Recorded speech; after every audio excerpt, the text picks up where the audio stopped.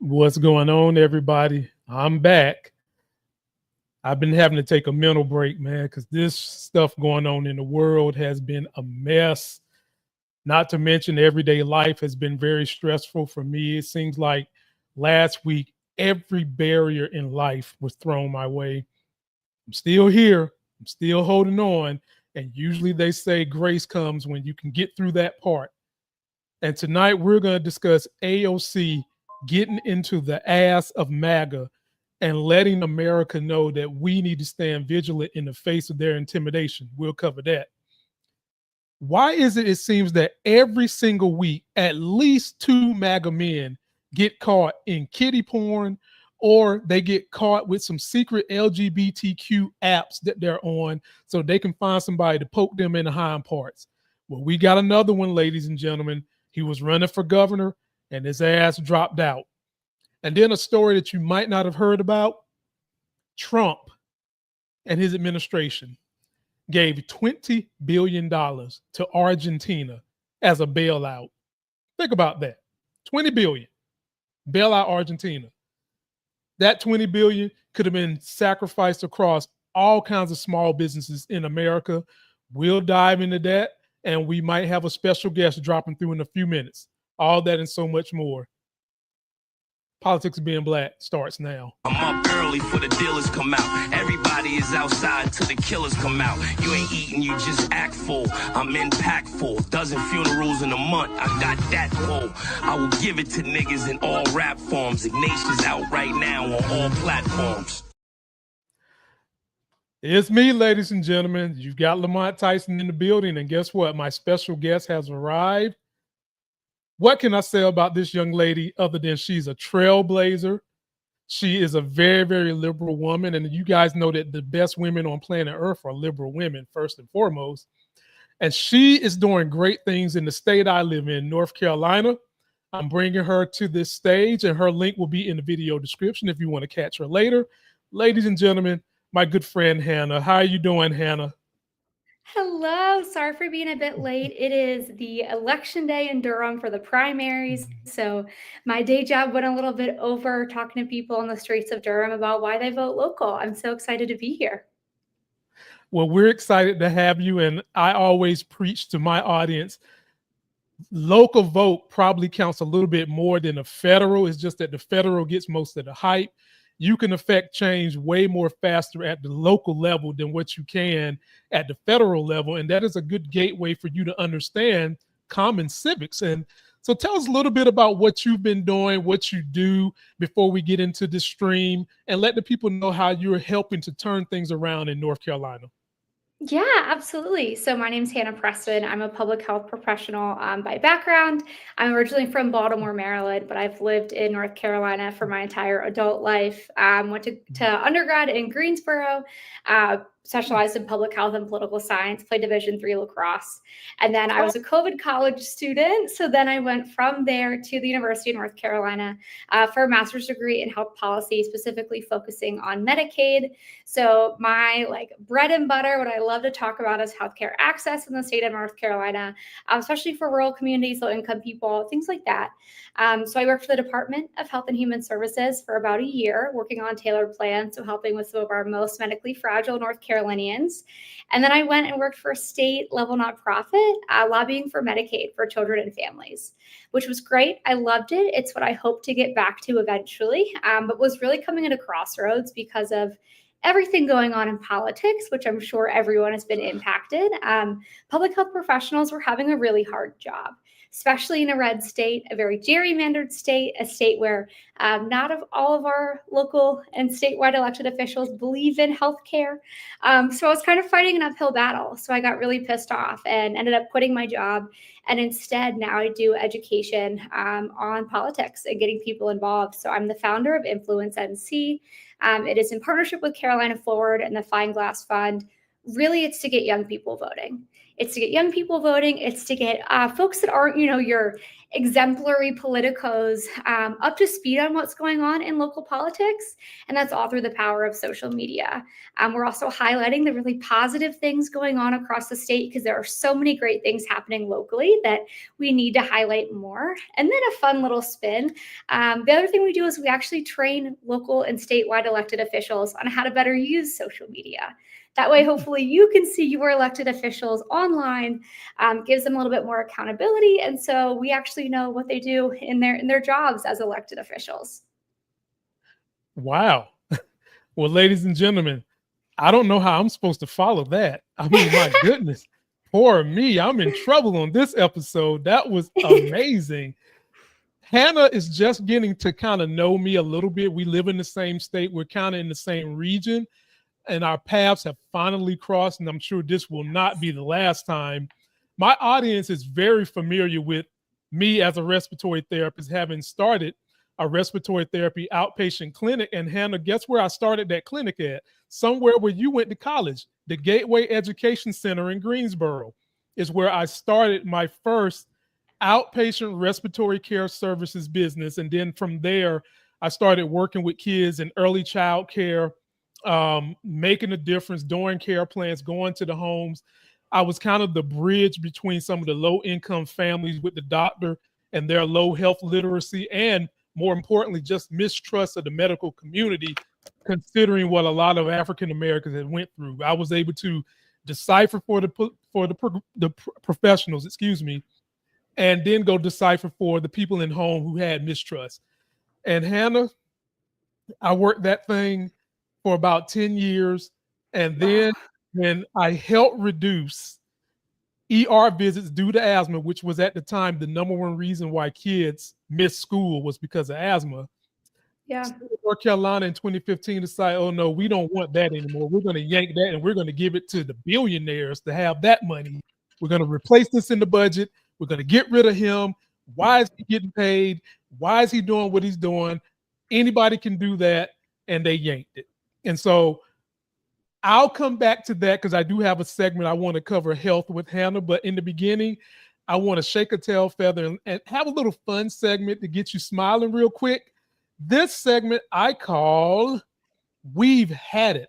And this is my homage to the women of the I've Had It podcast. Let me give you the music. And then Hannah, I want you to tell us what you've had it with. Take this music and we'll go from there.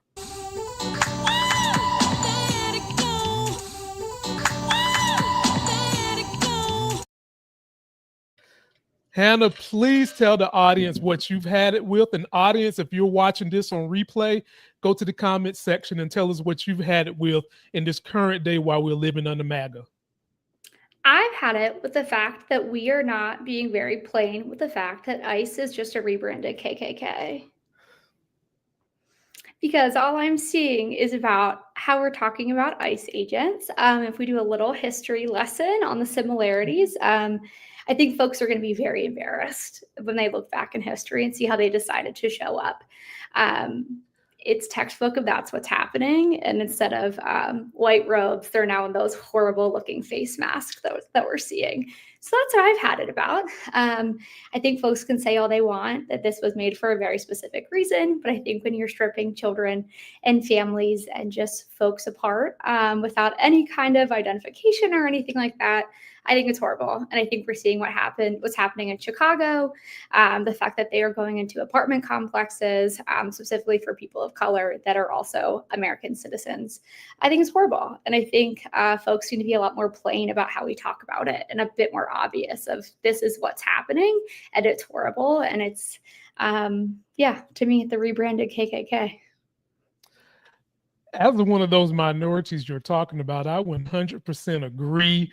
And to add to your point, now the Trump administration is doing all this backdoor shit where they're calling groups and people who speak about what's going on with the government, they're calling you terrorists. They're trying to defund liberal organizations. They might try to come after your organization. They might target me. They don't want us to say that we don't like capitalism. That's something that they're going to allow people to come and just make up whatever they want to make up. And they're now talking about they want to start wiretapping phones. And as Hannah so eloquently made the point, if you know your history, this was what they did to freedom fighters in the 60s during the civil rights era. They was tapping Martin Luther King's phone. They was tapping Malcolm X's phone. They was tapping Muhammad Ali's phone. They was tapping anyone's phone who was speaking up, wanting equality for everybody and not just the people that thought that they could sit in the seat of power. And so, Hannah, that brings me to my I've had it. I've had it with, we're living in the age, Hannah, of delightment, not enlightenment, delightment.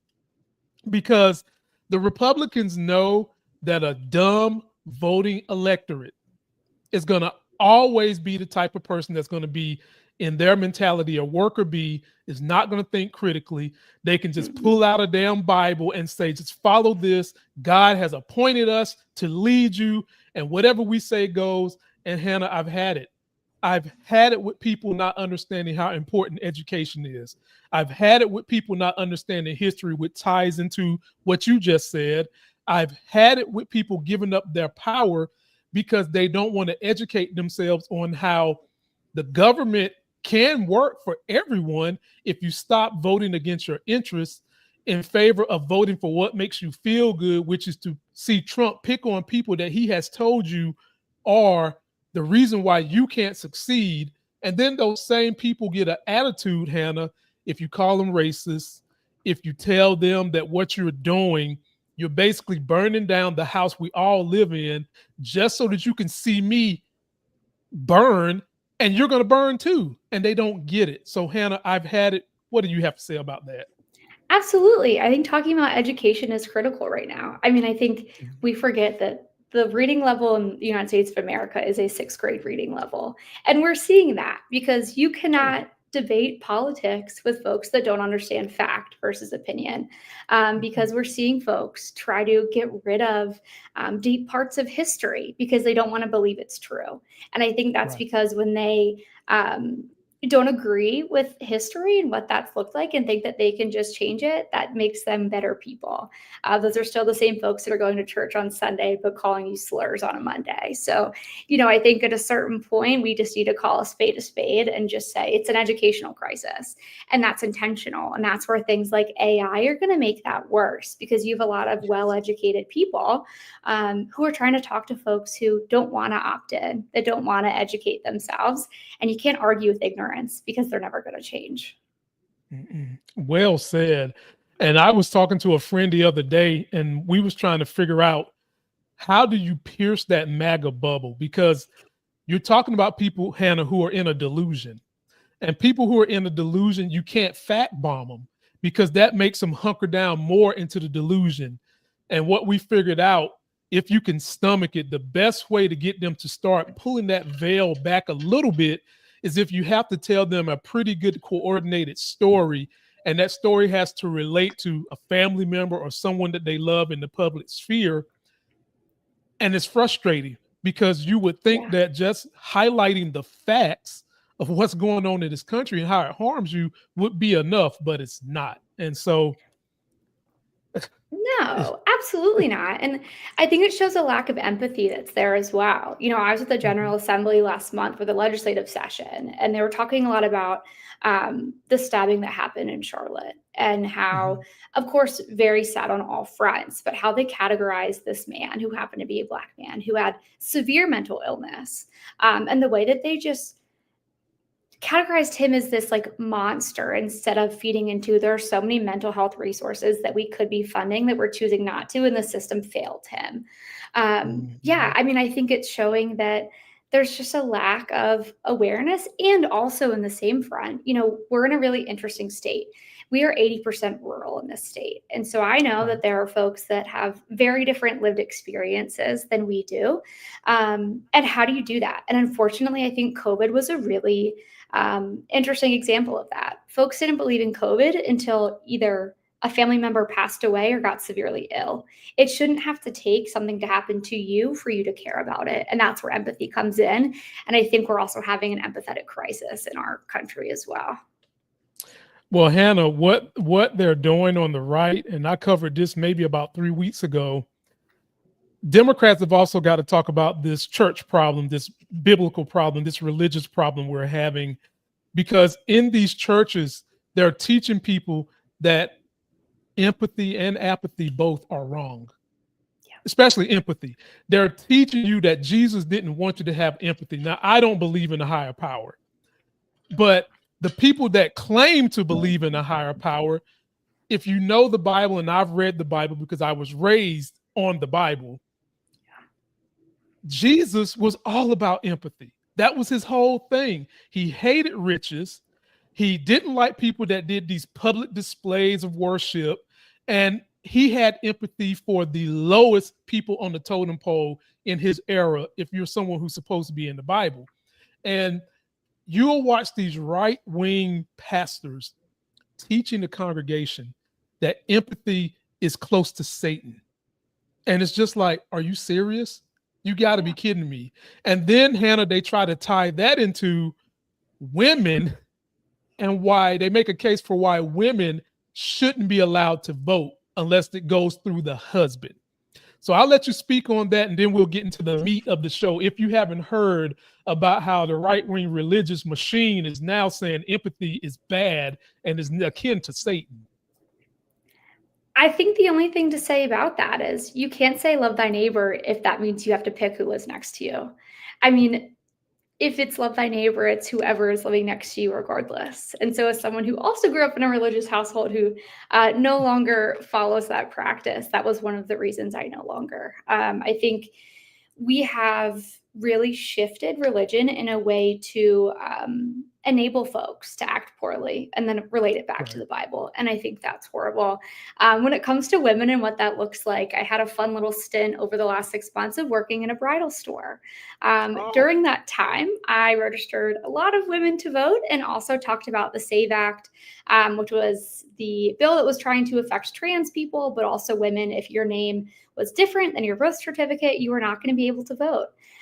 So if my former employer is watching, I apologize. I was telling a lot of women not to change their name legally to make sure that they were able to vote. So there's a lot of hate going on toward women, I think toward a lot of different groups, a lot of different minority groups.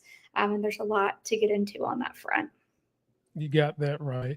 Well, ladies and gentlemen, let us know how you feel. Post your comments. Link for Hannah is in the video description. I also put a link in there for her TikTok, so that you can go there. If you're an NC native, we would love to hear from you. We're both from NC, and we're trying to help this state make a turn for an even better future. So come and support us. Let us know what you think. First subject I'm going to throw at you today, Hannah, is my homegirl AOC. She's one of the very few people who's unapologetic about what's going on in America. She's unafraid about what's going on, and she's not bought by the corporate APAC machine, which is another issue for another day. We got to talk about that. And she says what she needs to say. Well, she went on a great rant about how this administration is trying to intimidate people from doing a whole number of things. And I want to get your take on what she said. Let's take a listen. And when she's done, the floor is yours, because this is about 2 minutes. So let's take a listen. Shout out to the I Have It podcast, Jen and Pumps. I love y'all. I think there's two things that are happening at once, and this is something that's very important for people to understand. One, there absolutely is an unprecedented abuse of power, destruction of norms, erosion of our government and our democracy in order to prop up an authoritarian style of governance. That is happening. However, they are weaker than they look. And it is important that we remember that, because what they rely on is the impression of power, the perception of inevitability, in us giving up in advance to say, oh, what's going to happen if I stand up, etc. Nothing's going to happen. They rely on that perception of inevitability and power so that people comply in advance and acquiesce in advance and give up in advance. And at the end of the day, Donald Trump is at record levels of unpopularity in his tenure. The Republican House is at record levels of unpopularity. They are underwater across the board, and they know it. And that is causing them to double down in public, but it is backfiring. That is why, whether it's a shutdown, whether it's all of this, they want us to blink first. And we have too much to save. Protecting people is too important a task for us to give up before anything even starts. So they may want to send people in, but these National Guardsmen do not want to be turned against their fellow Americans. We're seeing this here in Washington, D.C. It is an insult. Donald Trump is insulting the service members of this country by putting them on these silly tasks that they themselves do not want to be enforcing. And so we have to understand that standing up matters, that our voice matters, to not give in to this cynicism, because that is what they rely on in order to perpetuate this idea that they are that they have total immunity from consequence. They will experience the consequences of this, but we have to be the consequence, which is why we have to stand tall right now alongside everyday Americans who want us to be standing up right now as well. Wow. What do you think about that one, Hannah? First of all, her outfit, her hair, and her makeup is always giving, but I love that color. I think she looks great. I think she had said it spot on. The perception of power is what's happening right now. I mean, if you've seen the White House Instagram, I think that's a really good indicator of it is a shit show. And I think we need to play into that. I mean, if you have a bunch of 19-year-olds running the White House plus Donald Trump, it's not great. And I think this is where we also rely on two things. This is why you have folks that are not traditional elected officials running for office. Knowing that AOC's background is in service staff, that is very clear in the best way, where she is there to educate folks what's going on in her community. I love the way she uses social media. She's always on lives, answering people's questions. There's not another legislator to her capacity that's doing that. And I think that should be the standard in terms of language and talking about what's going on in her day-to-day. But yeah, this perception of power. I mean, let's talk about it. They were all about being, very USA, America, like make America great again. Well, guess what? You now have over 1 million veterans who you've cut their access to healthcare because they're on Medicaid. Right. So how American is that? So I think we are going to see rural North Carolina, rural America being affected. Republicans oftentimes are the ones that are of lower income. Safe to say, healthcare is about to get cut and be a lot more expensive. Doesn't matter who you voted for, your healthcare is going to be more expensive, but we're going to see, across the aisle on the Republican side, that's going to be more deeply affected. So I think she's right. Keep doing what we're doing. Keep doing things like this. I think all of us know at least somewhat about the Constitution and freedom of speech, and I think we ride on that. I think there's going to be a lot of scare tactics, and I think as long as we're doing things that are still safe, because I think also this other idea is political violence is a thing right now, obviously, and it's becoming a lot more extreme. So I think also knowing the difference of I can speak up and know my voice, and also I know it's in an unsafe situation. And I think everyone has to make that call for themselves, but still speaking up in a way that feels safe and true to them, because we're not even 6 months in, I'm afraid to say. So I think there's a lot of power that's going to come out of this, and a lot more people that are going to use their voice for good, because we don't have another option at this point. Amen to that. And I'm not even religious, so you get many soul claps on that one. I completely agree. But I also want to add to what you said, for individuals who you feel intimidated by this and you want to fight, I would encourage you to find groups, local groups in your community that are democratic, so that you can align yourselves with them to kind of help you boost that confidence to speak up, to fight. Look at what I'm doing with Hannah. I plan on attaching myself to her and her group, so that we all know that when we speak out, if something were to happen to us, there's someone we can call to say, I need your support. I think about this all the time as someone who's living by himself right now. If ICE was to see what I say on social media and was to kick in my door and take me somewhere, who am I going to call for support? I can't call the head of the DNC. I would have to speak to someone local. And so, again, just as important as it is that you get involved with local politics, get involved with local groups that work with Democrats, that can affect change, that are working for equality, that are fighting with ICE. Maybe go talk to an immigration lawyer. I've had one of them on the show in the past, and he's talked about what you can say to them. And if you can record it, and consequences will happen.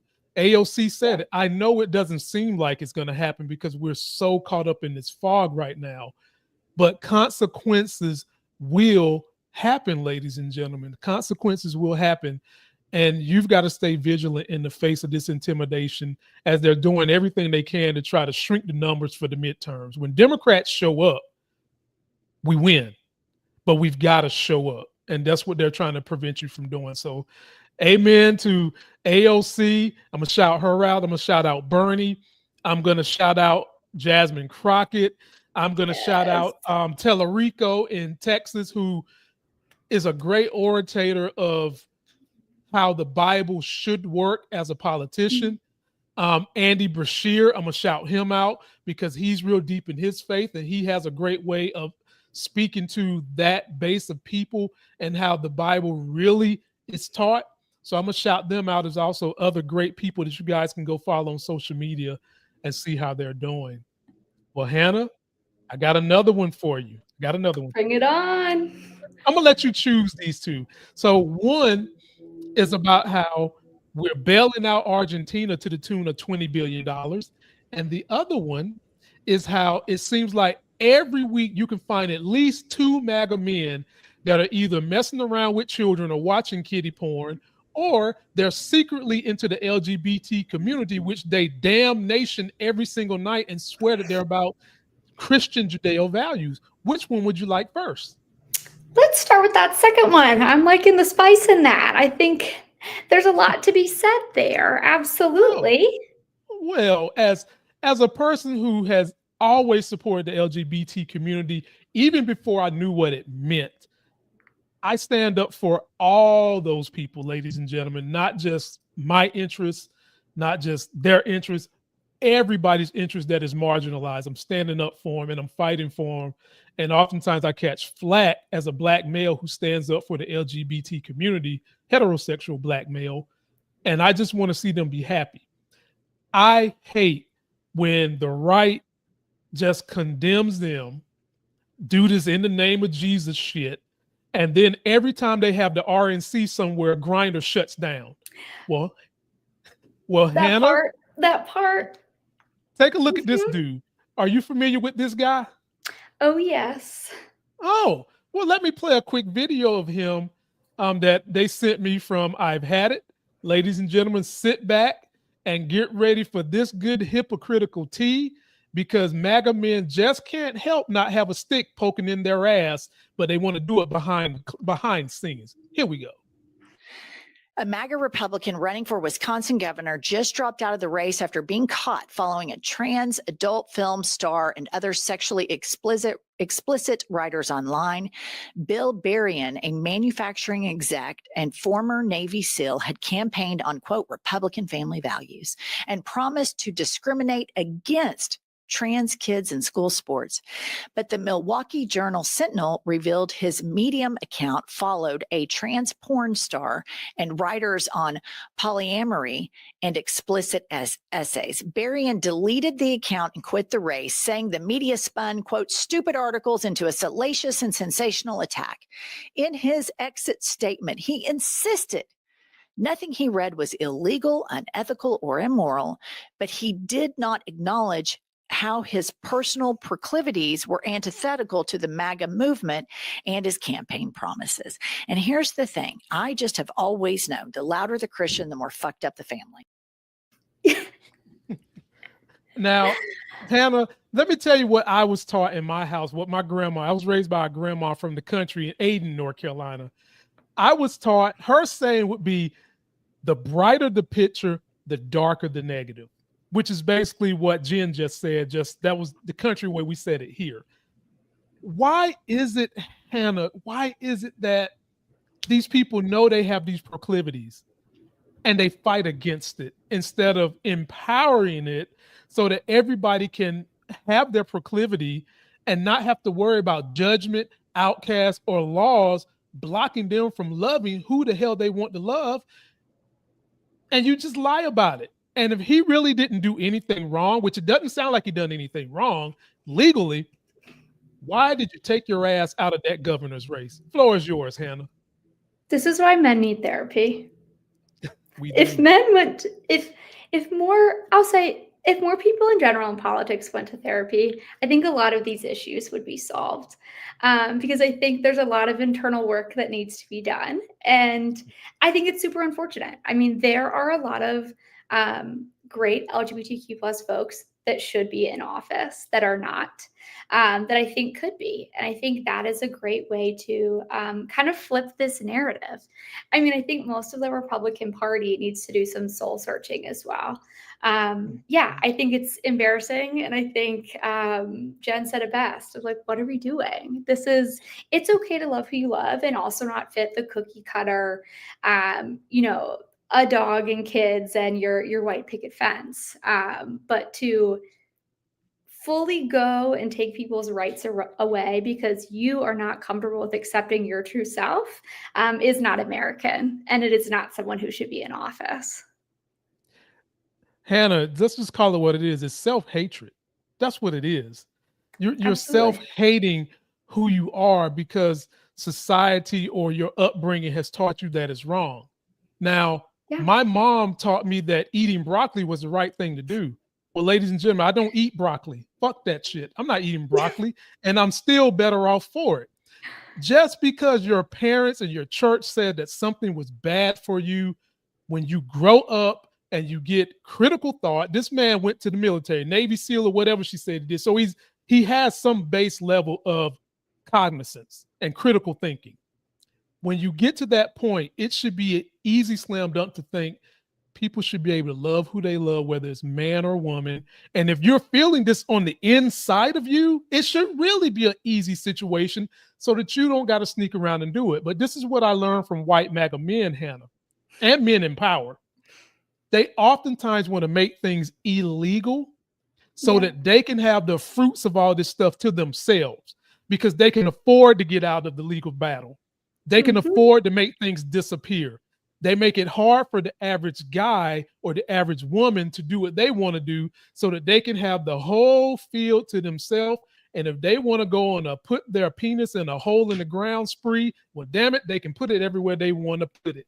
And I hate it. I hate it. I just hate it.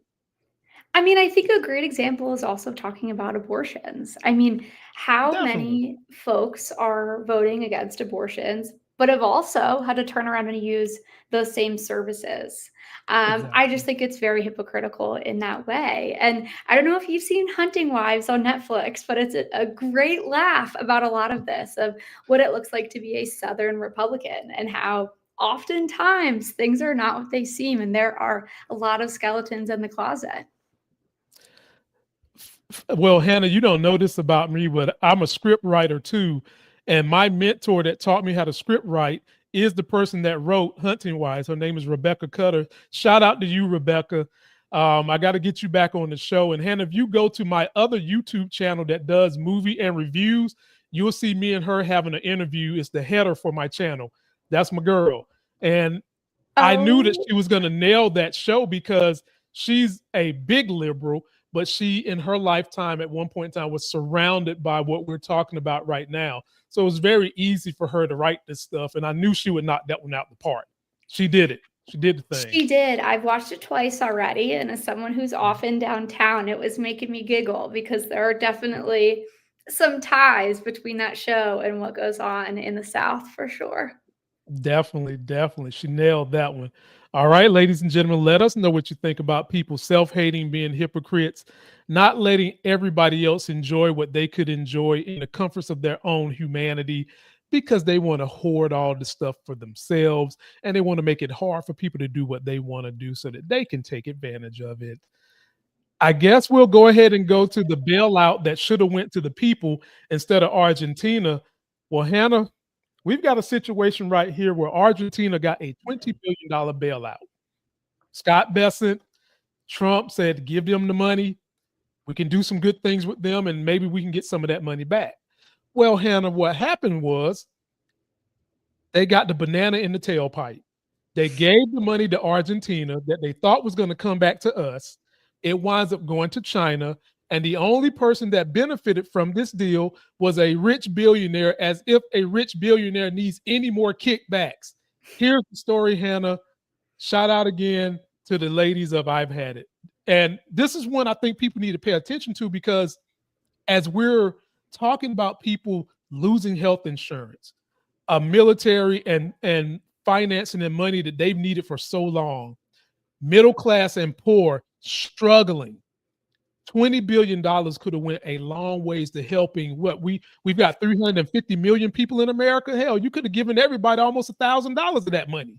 But instead, you decide to waste it like this. Taxpayers are bailing out Argentina with $20 billion, and it mostly benefits one well-connected GOP billionaire while hurting American farmers. Back in 2023, Elon Musk tweeted this after the country elected right-wing populist Javier Milei as president. Just 2 years later, Argentina found itself begging the U.S. for help after taking a chainsaw to its economy, much like Musk did here, leaving the country in crisis. So U.S. Treasury Secretary Scott Bessent announced a $20 billion package to rescue their economy, which has almost no impact on the U.S. I thought Trump was supposed to be America first, but Bessent's announcement did have a huge benefit for one American billionaire hedge fund manager, Rob Citron, a close friend of Bessent's and the co-founder of Discovery Capital Management. Citron has invested heavily in Argentina's right-wing economic program, and just days before the bailout announcement, he purchased even more Argentine bonds. So thanks to U.S. taxpayers, this billionaire's precious investments are protected amid a downturn, and his profits will get a boost. And guess what else? Leaked texts from Bessent's phone show the U.S. may have gotten played, as right after the deal, Argentina removed export taxes on soybeans and struck a trade deal with China, which immediately pulled out of existing soybean arrangements with American farmers. In the end, our tax dollars will help the right-wing Argentina government, China, and this one billionaire friend of Bessent's. $20 billion, MAGA, $20 billion for one fat cat friend of Donald Trump. And we're going to have to bail out the farmers, the U.S. farmers that Trump has lied to. And he likes to just play fuck around and find out with his tariffs for sport. He's wrecking the U.S. economy. And of course, there's some fat cat suck ass billionaire. Hannah, let me add to that point, because one of the things I do on a day-to-day basis is trade stocks. So I'm kind of following what the business people are doing on a day-to-day basis.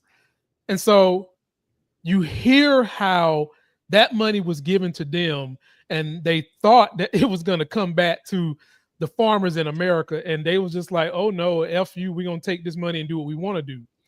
It is such rich hypocrite that they do that when Trump has started taking positions in companies. Intel is 10%, and now he's trying to do it with a Canadian energy company because we give them money. So his excuse is, since we give you money, we need to step in as a government and get a piece of the action. Hannah, nothing drives me more crazy than the song and dance that American capitalism and capitalists pull and lie to the American people about on any given day. Any given day. So if this was any Democrat saying that he's going to commingle the government to have ownership of an American company, they would have took us out and made us do 40 paces and turn around and blew the gun off. That's what they would have done to a Democrat. But because it's Trump, and because he's bailed out most of the rich people, they just want to turn the blind eye to and just say Trump being Trump. So having given you a little bit more detail and insight, Hannah, what do you think about this situation? I mean, are we shocked? We have someone who was running a failed show, giving people money that then went poorly and went belly up. I mean, we shouldn't be shocked. I think the other thing here is we now know that he can't say, and his administration can't say, we didn't have the money to fund healthcare. We didn't have the money to support folks, because we are making choices to actively hurt Americans. I just don't understand it. And I think it's something where to say that it would come back and help farmers, you could have given that money directly to a lot of farmers in the rural parts of this country. And I'm sure they would have loved it and thanked you for it. The other thing that I've also never understood, also, I'm just a girl and math is not my thing, so correct me if I'm wrong on this. But if you fund people to do their jobs, if you fund people well instead of the $7.25 that is our minimum wage in the state of North Carolina. If you make healthcare affordable, if you make childcare affordable, people are going to want to work, and that's going to fuel the economy. So in the long run, that would be helpful to states, that would be helpful to the country at whole, because people will actually want to work when we provide that to them. Now, people can't afford to work because childcare is through the roof. In the state of North Carolina, it is more expensive to have your child go to childcare than it is to get a degree from the University of North Carolina. That is fucking absurd. If you actually paid people to do their jobs and paid them well and a living wage and allowed people to get things when it comes to healthcare and not have to go into medical debt, I promise you our economy would thrive. So the idea that we can just send this to folks, also, I will say everyone in that video looks like they're out of the dang wax museum. With all that money, you think a good haircut would go a long way, but who am I to say? No, they got those trailer park haircuts, Hannah. They go to Supercuts, get the number 2, and then go right back to the trailer park and tan. So no, we can't expect style from this administration. No. Not even a little. And I think here's the thing too. They're being obvious that they don't care. They're being obvious that they don't care about Americans. And I think that is, will I ever say anything great about the Republican Party? This will be my one thing. Their messaging has been obvious. And that is why I think it's gotten the traction that it was. It is very black and white, what they're doing. And that messaging is working. And that's really scary because it shows how many people also believe that. And also, I think it's something that we as the Democratic Party need to do better. We need to get obvious about our messaging and be confident about our messaging and say it with our whole freaking chest, because we got these crazies dragging our economy and making us not want to live in the United States of America. I've had more conversations with folks that are like, where can I get a visa to not live here?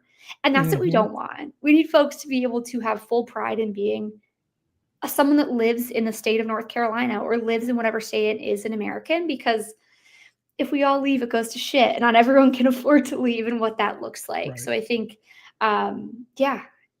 what the hell? I don't know. I'm going to follow up to Hannah and say a couple of things. Number one, the guest I'm having on tomorrow night did leave America because of Trump and is living in Canada right now as we speak. Gone. And is going to be up here talking about it tomorrow. And the other thing I would say to your point about the Democrats need to just get on a simple message of how their policies can help the greater good of America, everybody. And if we're going to slight anyone, it needs to be the people that can fully take care of themselves financially.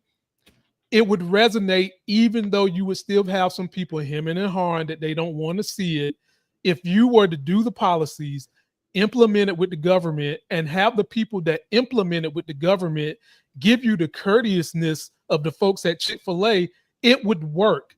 One reason why some people get so bitter about the federal government, and it's a lot of people that hear the story of federal government but don't experience it, and when they do experience it, it's a bad experience, is because sometimes the government doesn't have the nicest people to work with. Think about TSA. When you go through that line, those people can be somewhat intimidating. They can be somewhat irritating. Make their asses start acting like Chick-fil-A. Make the government an inviting space. When someone needs to go and get food assistance, medical assistance, have the people working with them, treat them as if the money is theirs, because in essence it is. They pay taxes too, ladies and gentlemen. Anyone who buys something is paying a damn tax. Make it seem a little bit more easy and not so hard when someone needs to use the services. And then Democrats, tell the people the services you can provide, and tell it as plain as I'm going to say it. When I'm in debates with Republicans who are not rich, who might be your plumber, your electrician, folks like that are always complaining about how they don't like how the damn government takes so much money out of their pocket and they don't never see it. And I say, well, are you versed in where all that money is going? And they'll say, common things like it's going to Israel and it's going to the Mexicans, it's going to the people who are here illegal. And then I'll challenge them on, okay, so you mean to tell me that you think the majority of your money went to those places and you've never sat down and thought about how the rich people sit here And they capitalize on the money that they can get from the federal government. They socialize their risk. And then when the money comes back, they capitalize on the gains. When at the end of the day, Amazon moving into Mebane, North Carolina doesn't need a fucking $20 million tax break. That money should go to people like you who have been the pillar of this economy when Amazon wasn't here. You should be getting a cut of that money and not Amazon. Sometimes, Hannah, that works for some of these people. They get to thinking about that like, yeah, you're right. But then they immediately see that I'm black, and then it's, I don't want to listen to this messenger. So I would have to go get Hannah to tell people these things. But at the end of the day, folks, that's what you're dealing with. Why do you insistently think it's okay for people who've got a B behind their name that says billion to continue to get all the tax breaks, to continue to get all the startup money, to continue to get the easy way to power when you keep voting that away by giving it to the Republicans who have proven to you that they don't care about middle class and poor no more than what they can squeeze out of you. You get the last word on this one, Hannah, then we'll move on to healthcare. A lot to say. I mean, first, I think when we talk about voting in Republicans, North Carolina is one of the most gerrymandered states in the country. So it's some of that is folks aren't getting the option. I think the other thing we forget is when it comes to where your money is going, it's going well if you don't know what the services are. Like in terms of like, Right. You shouldn't be able to know in your day-to-day what that's going toward. The disruption that we're seeing in terms of government is unusual. In terms of how government is supposed to function, it is not supposed to be disruptive. It is supposed to help you. My greatest thing that I say to folks is like, you don't like where your taxes are going? Do you have a sidewalk outside of your house? Do you have potholes that are filled? Do you have clean drinking water? That is all set by your local governments, which is where a lot of those taxes are coming from. And so, what does your public transportation look like? What do those access points look like for you? That is where your taxes should be going, and that's how they should be looking. Yeah, I think we're just seeing this dysfunction kind of happening of the conversation of where taxes go. I think also people need to mind their business. Like, pay your taxes. You see how it's affecting you locally. Who gives a shit where it's going after that? I don't care. I think the conversation of like, oh, well, people who are not legal immigrants are using this. Okay. I don't care. I mean, it's functioning in my day-to-day just fine. How do I care? If people are still getting the things that they need and their healthcare is still provided. And if that's how the ecosystem is working in terms of the government, sure, I'm happy. I'm minding my business outside of that. I'm also not a billionaire who gets all of these, great perks of it. So whatever. But yeah, all that to say, I mean, I think we've also done a really poor job of talking about how local and state government works. And so people don't understand where their money's going. I think it's also an education problem. There are things that like my business and Influence NC should be doing because governments don't have the bandwidth to educate folks correctly on where that money is going. And so I think it's where that shows where there is such a gap. There need to be people that educate folks, regardless of who you voted for, on where your money is going and what that looks like, because people just also might be ignorant about it. And while that's hard for me to understand, I think there's a time where you need to educate yourself. And I think that's also not attainable for everybody. And so that's where organizations like ours are going to try to come in and bridge that education gap as much as possible. Which is another reason why you need to contact this young lady, not just because her makeup is immaculate, her hair is impeccable, and that nose ring is as shiny as the mirrors in my home. Those are all excellent reasons you need to contact her too, but contact her for the bigger picture that she's got so much knowledge. She can inform you. She can empower you to be a better citizen. And I'll add one more thing to what you said, Hannah. A lot of the like working class people or independent contracting white guys and some black guys that I meet that are on this tangent about how they are so upset that when they get their paycheck, the government is taking so much out of it. Another reason why I harp on them about, do you know where that money is going, is because what are you arguing about if you don't know where it's going? You don't know what the services it offers. One service or one thing that their tax dollars pays for that pretty much every Republican claim they love: sheriffs, EMS, firemen, police departments, the army, the military. They claim they love that shit, right?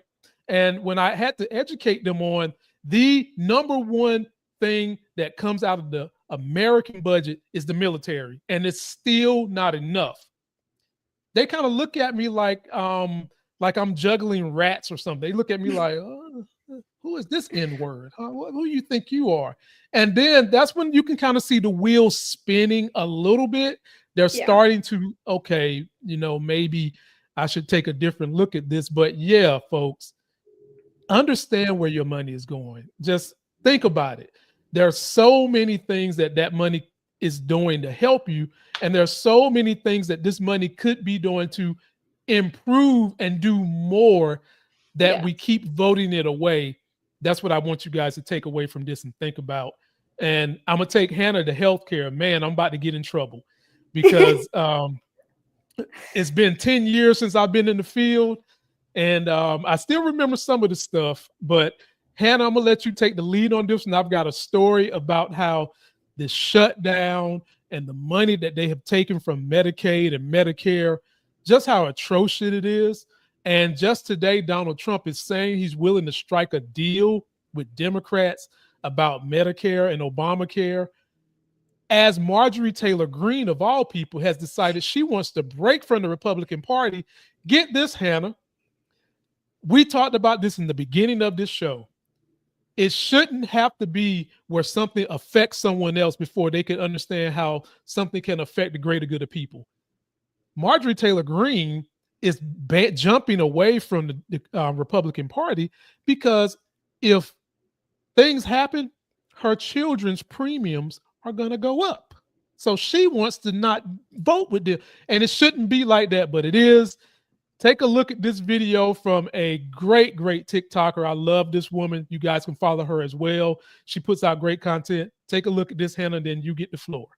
You are always paying for someone else's health insurance. That's how insurance works. You pay into a pool where some of us are less risky than others, and we are subsidizing riskier people in the health insurance pool. If insurance premiums, so the amount you pay each month for insurance, get too high and become unaffordable, many people will just stop paying for health insurance and cross their fingers and hope an emergency doesn't happen. Most of those people will be people who are generally younger and healthier, who are willing to take the risk. And when that happens, the insurance pool gets disproportionately older, sicker, and higher risk. And as a result, insurers raise premiums even further for the people who are still on insurance plans. That's why when fewer people have health insurance, it usually means higher costs for those of us who do have it. Right now, expanded Affordable Care Act subsidies are set to expire at the end of 2025.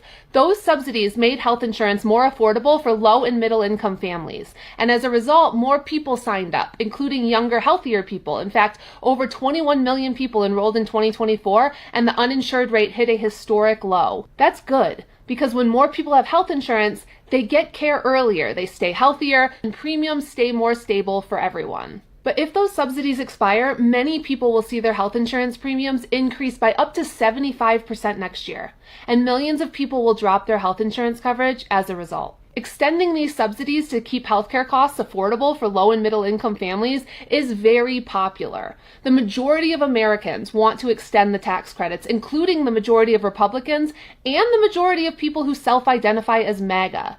The current Republican Party's goal to cut health insurance assistance is extremely unpopular, and the more people who understand how insurance works and why cutting people from health insurance negatively impacts us both from a public health and economic standpoint, the more unpopular it will become. And Hannah, I'm gonna give you a caveat to what she said. Most people who aren't versed in what the financial markets do, they don't understand that anyone who's collecting insurance premiums, if you could see the way they take that money and make money off the stock market and bonds hand over fist, because if you never use it, you don't get it back. If you could see the tricks that they do every single day with that money, it would make you want to go, what's the nicest thing I can say? It would just make you very mad. You might want to throw a basketball at a window. Floor is yours, Hannah.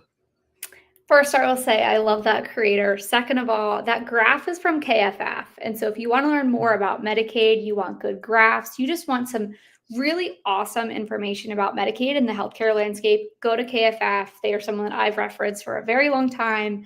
They're fact-based, they're evidence-based. I just can't say enough great things about them. Well, where can MAGA go? Because MAGA don't like facts. So where do we send MAGA? Most of them don't read either, so they wouldn't even click on that. So what I'll say is that, again, like Medicaid works well. When Medicaid works well, you don't know how it's operating. And what I mean by that is, yes, there are millions of people in the state of North Carolina that use Medicaid. And also, Medicaid funds things like keeping hospitals open. Medicaid keeps things like elderly and retirement facilities open. You wouldn't know that because when it's functioning correctly, it's supposed to be something that's a little bit more transparent in operation. It's often when funding is cut that disruption happens. And we are about to see that in a really high increments here in the state of North Carolina, because not only do we not have a federal budget, we don't have a state budget. And so a lot of cuts are going to happen. And so for those that are on Medicaid, there's going to be a lot of disruption. For everyone else who is on a marketplace plan, as she was saying, there's going to be two options.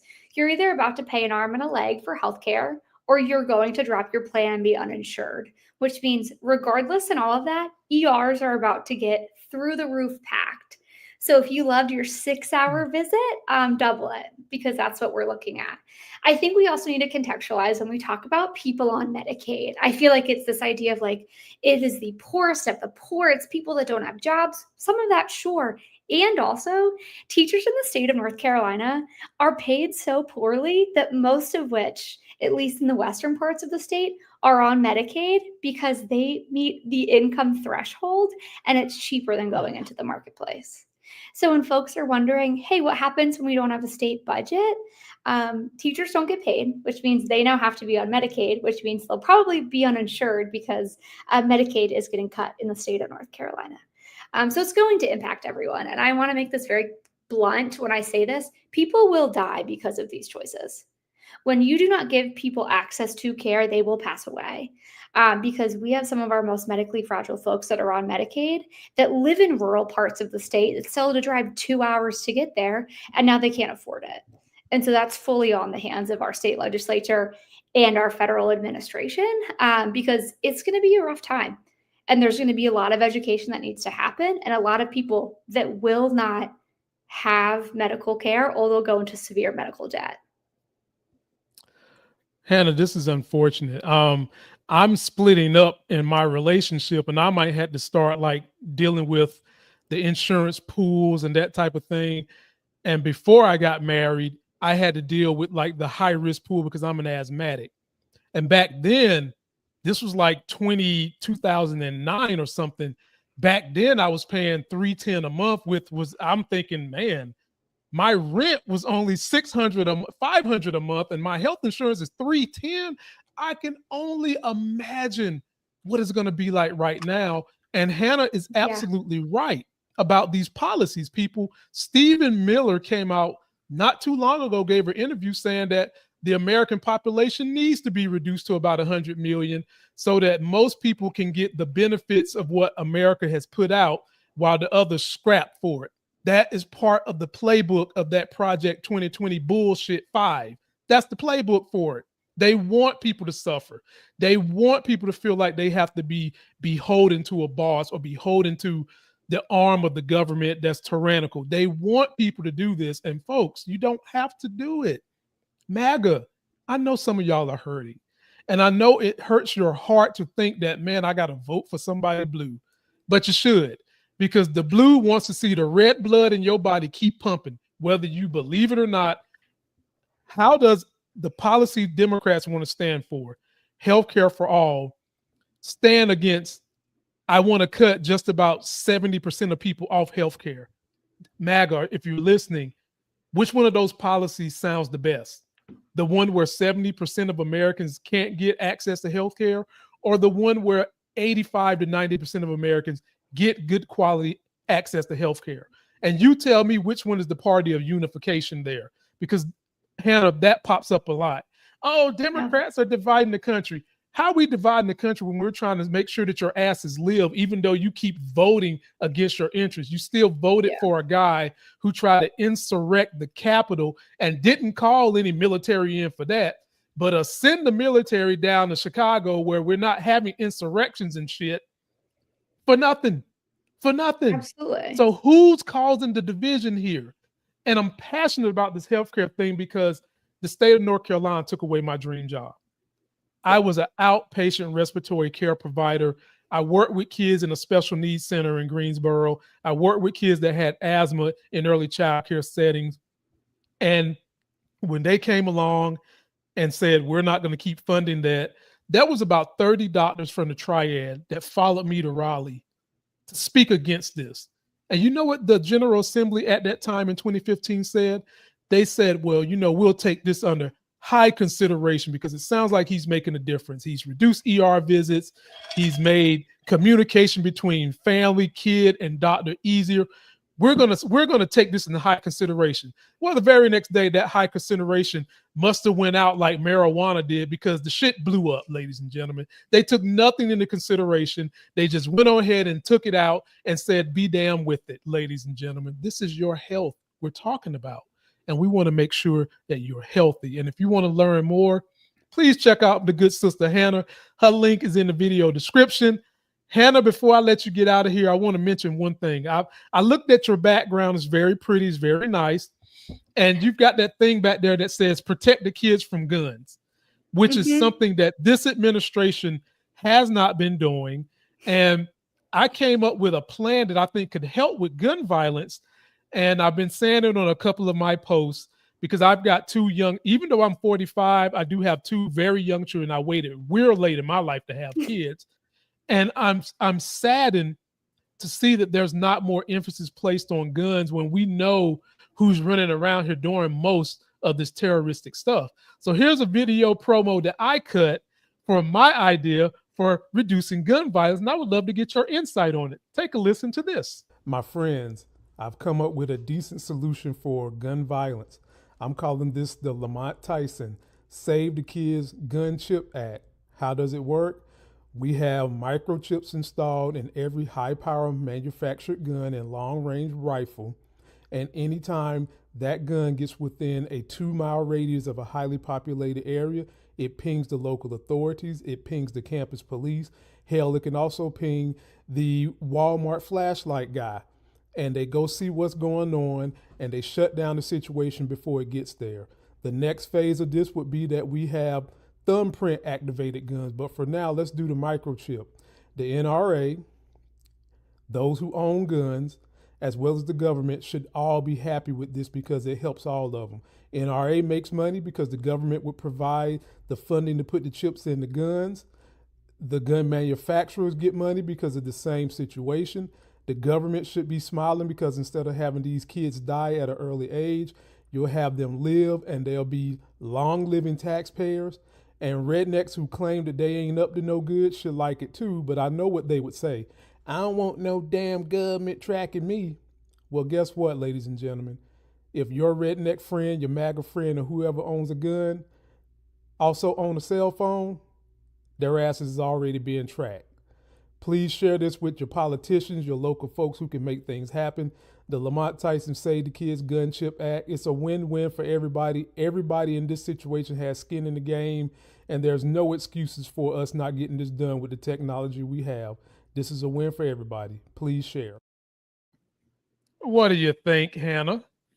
Given that it is October 7th, there's been over 200 school shootings in the country.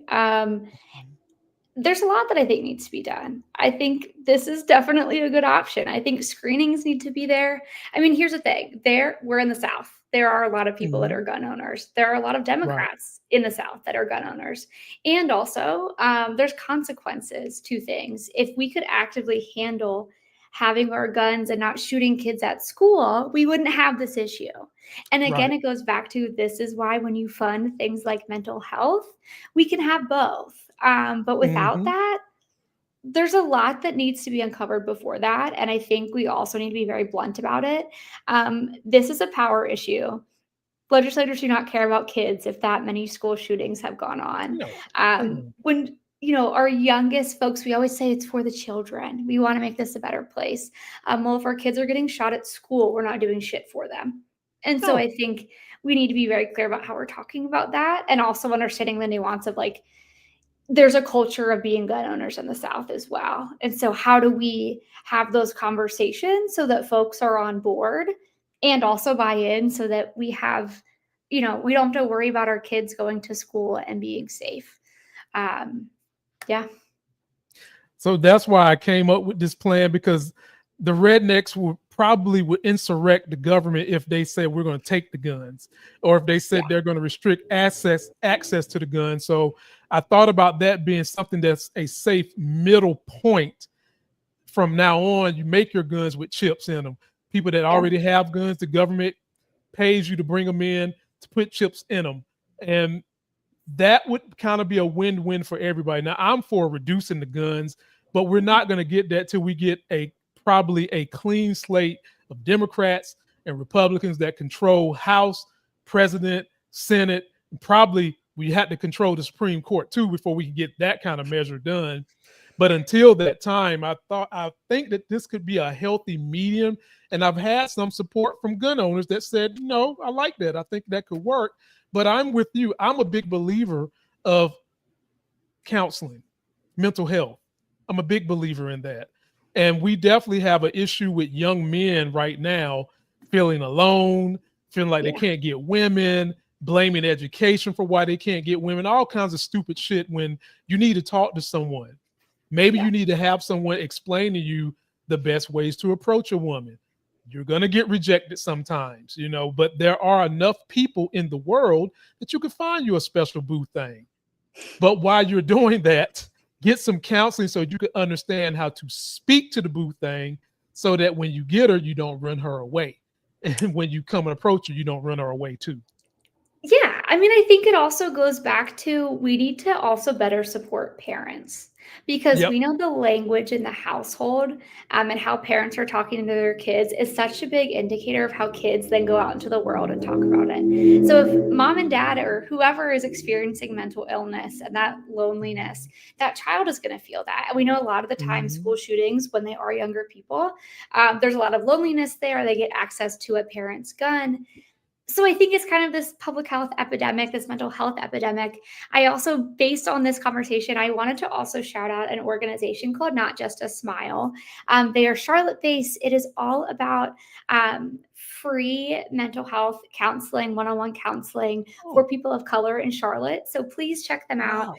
They just do such great work, and I just found them actually today. So the timing worked out great. So if you need an organization to be a part of or to support, definitely check them out. But yeah, I mean, I think it shows that we all need to do a better job of talking about mental health. I think a lot of these issues that we talked about today go away if we destigmatize a lot of it. And having open conversations with folks, because again, if we're not talking about it, we can't destigmatize the issues, and we can't fix some of the things that need to be. Wow, ladies and gentlemen, we got to give her the standing ovation. Standing ovation for Hannah. Here we go.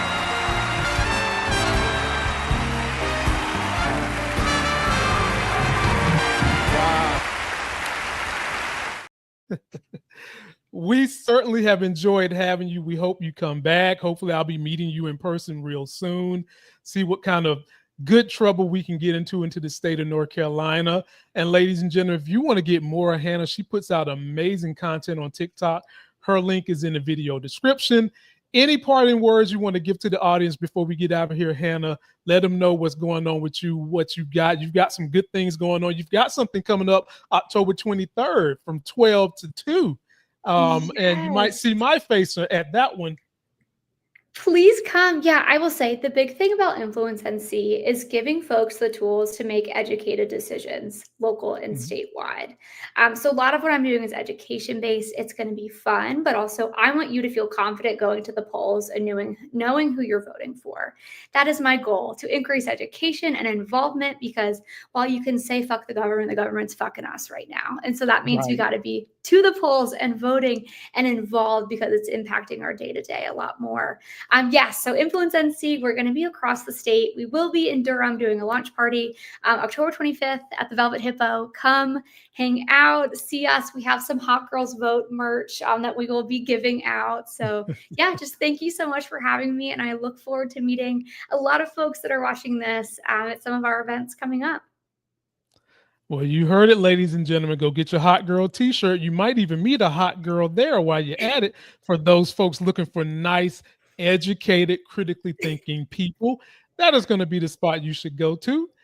Don't forget to like this video, comment, subscribe.